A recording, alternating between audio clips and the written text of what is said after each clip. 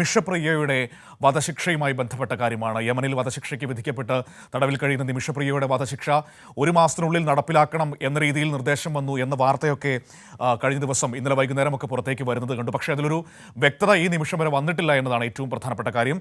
അതേസമയം തന്നെ വധശിക്ഷ ഒഴിവാക്കാൻ ഇനിയും മാർഗ്ഗങ്ങളുണ്ട് എന്ന തരത്തിലുള്ള വിവരങ്ങളൊക്കെ പുറത്തേക്ക് വരുന്നുണ്ട്. അഡ്വക്കേറ്റ് സുഭാഷ് ചന്ദ്രൻ ഇപ്പോൾ എന്നോടൊപ്പം ഗുഡ് മോർണിംഗ് കേരളത്തിൽ ചേരുകയാണ്. സുഭാഷ് പല ഘട്ടത്തിലും ഈ കേസിൻ്റെ നിർണായക ഘട്ടങ്ങളിലൊക്കെ ഇടപെട്ട ആൾ കൂടിയാണ്. Subhash, good morning.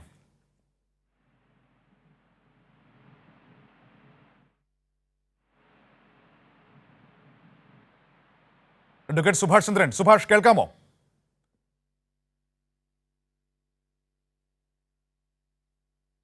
ഇല്ല, സുഭാഷിൻ്റെ ടെലഫോൺ കട്ടായിപ്പോയി. നമുക്കേതായാലും സുഭാഷിലേക്ക് വരാം. കാരണം ഇത് ഇന്നലെയാണ് ആ വാർത്ത പുറത്തേക്ക് വന്നത്. നിമിഷപ്രിയയുടെ വധശിക്ഷ 1 മാസത്തിനുള്ളിൽ നടപ്പാക്കാൻ നിർദ്ദേശം നൽകിയിരിക്കുന്നു.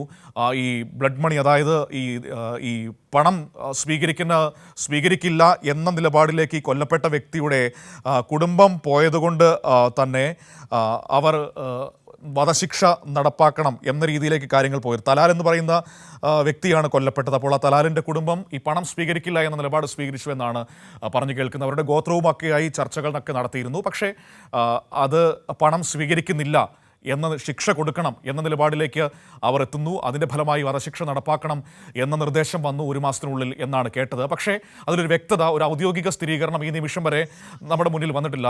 സുഭാഷ് ചന്ദ്രൻ ചേരുകയാണ്. സുഭാഷ് കേൾക്കാമോ? കേൾക്കാം.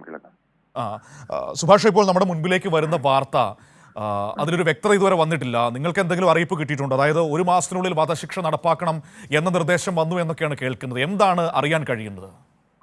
Manu, save Nimishapriya international action കൗൺസിലിന് ഇതുമായി ബന്ധപ്പെട്ടുകൊണ്ട് ഏതെങ്കിലും തരത്തിലുള്ള ഔദ്യോഗികമായ ഒരു വിവരം ഇതുവരെ ലഭിച്ചിട്ടില്ല. ഇത് മാധ്യമ വാർത്തകളിലൂടെയാണ് ഇന്നലെ വൈകിട്ട് നിമിഷപ്രിയ ആക്ഷൻ കൗൺസിൽ ഇക്കാര്യം അറിയുന്നത്. അതിനുശേഷം ഏതാണ്ട് ഒരു 5 മണിക്ക് 5:30 ശേഷമാണ് ഈ വിവരം വാർത്തയായി വരുന്നത്. അതിനുശേഷം ഇപ്പോൾ യമനിൽ ഇന്ത്യൻ എംബസി പ്രവർത്തിക്കുന്നില്ല. യമനിലെ ഇന്ത്യൻ എംബസി ഇപ്പോൾ ഓപ്പറേറ്റ് ചെയ്യുന്നത് റിയാദിൽ നിന്നാണ്, സൗദി അറേബ്യയിൽ നിന്നാണ്. സൗദി അറേബ്യയിലെ ഇന്ത്യൻ എംബസിയുമായി ബന്ധപ്പെട്ടുകൊണ്ട് ഇക്കാര്യത്തിലൊരു സ്ഥിരീകരണം നടത്താൻ വേണ്ടി ശ്രമിക്കുന്നുണ്ട്. പക്ഷേ സമയവും മറ്റുമൊക്കെ വൈകിയതിനാൽ ഇന്നലെ അക്കാര്യങ്ങൾ സാധിച്ചിട്ടില്ല. ഞങ്ങൾക്ക് ഔദ്യോഗികമായി സേവ് നിമിഷപ്രിയ ഇന്റർനാഷണൽ ആക്ഷൻ കൗൺസിലിനോ അതല്ലെങ്കിൽ ഇന്ത്യൻ എംബസിക്കോ ഏതെങ്കിലും തരത്തിൽ ഈ കാര്യത്തെ സംബന്ധിച്ചൊരു വിവരം ലഭിച്ചതായി ഇതുവരെ സ്ഥിരീകരിക്കാൻ സാധിക്കുകയില്ല. മാധ്യമ വാർത്തകൾ മാത്രമാണ് ഞങ്ങൾക്കും അടിസ്ഥാനമായിട്ടുള്ളത്. ഏതായാലും ഇതുമായി ബന്ധപ്പെട്ടുകൊണ്ടുള്ള പ്രവർത്തനങ്ങൾ, നിമിഷയുടെ ജീവൻ രക്ഷിക്കാൻ ആവശ്യമായ മറ്റ് പ്രവർത്തനങ്ങൾ കൂടുതൽ സജീവമായി തന്നെ നടത്താൻ തന്നെയാണ് നിമിഷപ്രിയ ആക്ഷൻ കൗൺസിൽ ശ്രമിക്കുന്നത്.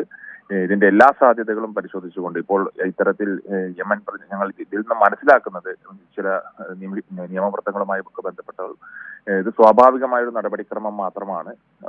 നേരത്തെ സുപ്രീം ജുഡീഷ്യൽ കൗൺസിൽ ഇക്കാര്യം അംഗീകരിച്ചിരുന്നു. പിന്നീട് ആ ഫയൽ പ്രസിഡന്റിന് മുമ്പിലേക്ക് പോവുകയും പ്രസിഡന്റ് ഇക്കാര്യത്തിനകത്ത് അന്തിമമായിട്ടുള്ളൊരു അംഗീകാരം നൽകുക എന്നുള്ളത് അവരുടെ നടപടിക്രമമാണ്. അതേസമയം കുടുംബം മാപ്പ് നൽകാൻ തയ്യാറായി കഴിഞ്ഞാൽ, കുടുംബം വിയാതനം സ്വീകരിച്ച് മാപ്പ് നൽകാൻ തയ്യാറായി കഴിഞ്ഞാൽ നിമിഷയ്ക്ക് വധശിക്ഷയിൽ നിന്ന് രക്ഷപ്പെടാൻ സാധിക്കും എന്നുള്ളത് തന്നെയാണ് ഈ ശരിയ നിയമവുമായി ബന്ധപ്പെട്ടുകൊണ്ടുള്ള പണ്ഡിതന്മാരും അതുമായി ബന്ധപ്പെട്ടുകൊണ്ടുള്ള നിയമജ്ഞരും ഒക്കെ സൂചിപ്പിക്കുന്നത്. അപ്പോൾ ആ സാധ്യതകൾ തന്നെയാണ് ഇപ്പോൾ ഞങ്ങൾ പരിശോധിക്കുന്നത്. നമ്മൾ ഇനിയും പ്രതീക്ഷകൾ നമ്മുടെ മുൻപിൽ ബാക്കിയുണ്ടല്ലോ അങ്ങനെയാണെങ്കിൽ?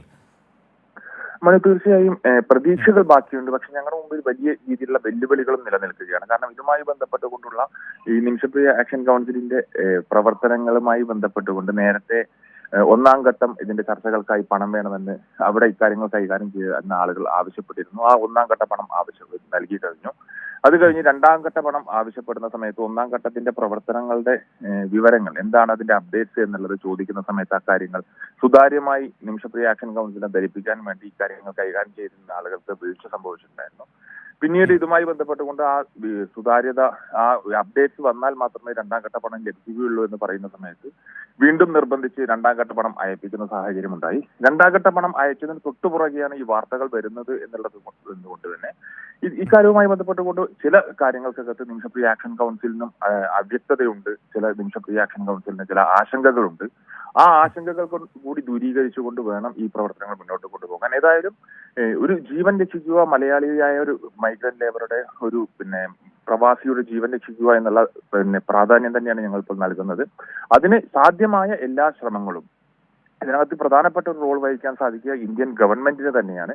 ഒരു ഇന്ത്യൻ പൗരയുടെ ജീവൻ രക്ഷിക്കാൻ വേണ്ടി നിർണായകമായ പങ്ക് വഹിക്കാൻ സാധിക്കുക ഇന്ത്യൻ ഗവൺമെന്റിനും മിനിസ്ട്രി ഓഫ് എക്സ്റ്റേണൽ അഫയേഴ്സിനുമാണ്. അതുമായി ബന്ധപ്പെട്ടുകൊണ്ട് സർക്കാരിന് ഇതിനകത്ത് ഇടപെടിക്കാൻ വേണ്ടിയുള്ള ശ്രമങ്ങൾ ഞങ്ങളുടെ ഭാഗത്ത് നിന്ന് ആദ്യം തന്നെ ഉണ്ട്. ഇനിയും അത് വളരെ ശക്തമായി തുടരുകയും ചെയ്യും. ഏതായാലും സാധ്യമായ എല്ലാ സഹായങ്ങളും, എല്ലാ തരത്തിലുമുള്ള പല വ്യക്തികളുടെ, പ്രമുഖരായ പല വ്യക്തികളുടെയും സഹായങ്ങൾ ഇതുമായി ബന്ധപ്പെട്ട് നേരത്തെ തേടിയിരുന്നു. ജസ്റ്റിസ് കുര്യൻ ജോസഫിനെ പോലെയുള്ള, ശ്രീ MA യൂസഫ് അലിയെ പോലെയുള്ള നിരവധി മുതിർന്ന വലിയ വ്യക്തിത്വങ്ങളുടെ സഹായങ്ങൾ ഞങ്ങൾ തേടിയിരുന്നു.